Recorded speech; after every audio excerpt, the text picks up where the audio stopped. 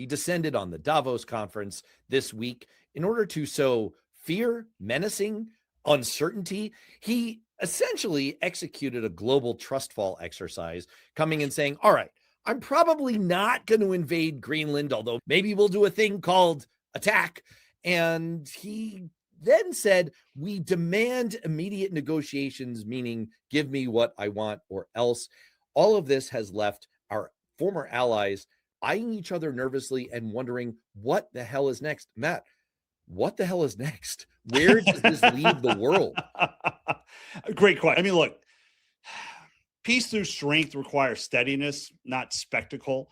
And I think the real thing we saw here in Davos was just the world is wondering, is America policy now driven with grievance rather than strategy?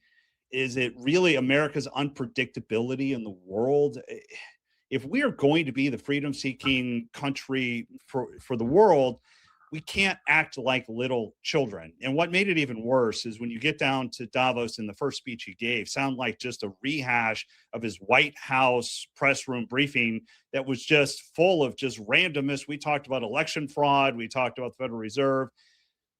It feels like America's allies are really pulling back and waiting for a world where we are no longer the leader. And that's sad. As a conservative, I've long believed, and I think a lot of us long believe, that we have a responsibility in the world. And I think Trump is just blowing that up for whatever reason at this point. I think the difference between you and me as a Republican and a Democrat 20 years ago would have been captured in the parody movie Team America World Police. There was this George W. Bush-esque view. That really was our role, and it was a muscular, hawkish foreign policy.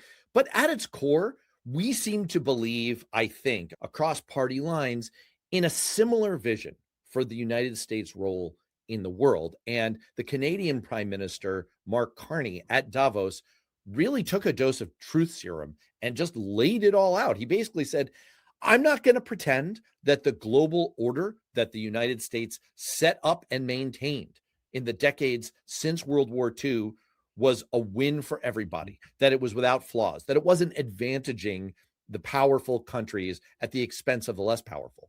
But it did a heck of a lot more to protect those without power than anything else that's been come up with before or since, and it fundamentally benefited the United States and the Western alliance. That is what Trump has undermined in the past few weeks, in the year since he resumed office, and that's what's at stake now. The entire setup that the U.S. has benefited so much from